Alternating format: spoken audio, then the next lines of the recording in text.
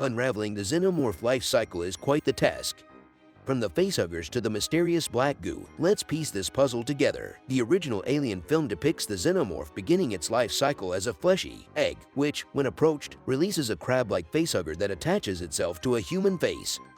Eventually, the facehugger lets go, and the slithering chestburster breaks through from the chest of the host. Within a few hours, the chestburster grows into the biomechanical-looking Xenomorph with a translucent domed head and an extra snapping jaw. The sequel, Aliens, features Xenomorphs with ridged heads and extra defense appendages on their arms. A queen alien is also depicted in this film and produces a fleshy egg every few seconds. In Alien 3, a facehugger uses a dog as a host, resulting in a quadrupedal Xenomorph. This Xeno is the first to appear noticeably less biomechanical, and for this film only, is lacking its back dorsal tubes. The domed head, while less translucent, makes a reappearance. Alien Resurrection depicts Xenomorphs with longer tails and arms, perfect for swimming. As a result of DNA splicing, a pale alien-human clone hybrid is born, but not even a mother could love it.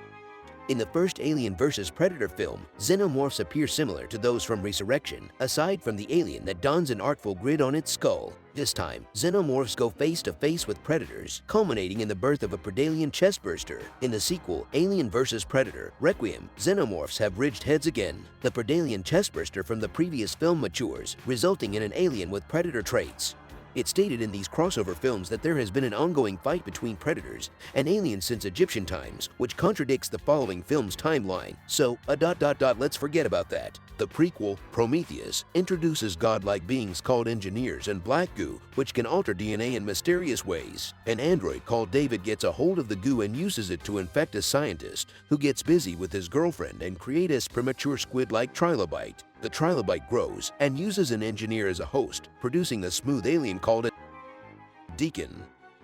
The prequel-sequel Alien Covenant depicts plants being affected by the black goo, creating egg sacs. When the sacs are disturbed, spores are released and enter a human through any orifice. Once a host is infected, the spiky-backed bloodburster will burst out, first in quadrupedal form, then evolving into the bipedal standing neomorph. Meanwhile, the android David continues experiments with the goo, mixing it with human cells and other mystery pieces to make a xenomorph egg sac and facehugger. He finds a human host, and soon a tiny, nearly fully formed version of the xenomorph bursts out of the human experimentee.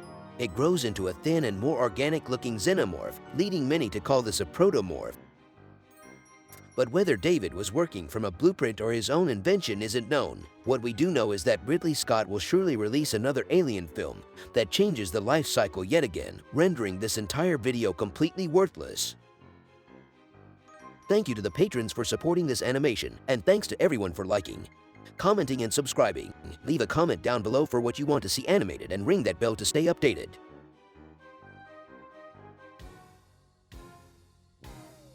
This is a video created from text-to-speech software. I can be the voice for your radio, Spotify, and TV ads, social media campaigns, explainers and e-learning courses, documentary and audiobooks, and anything else, really.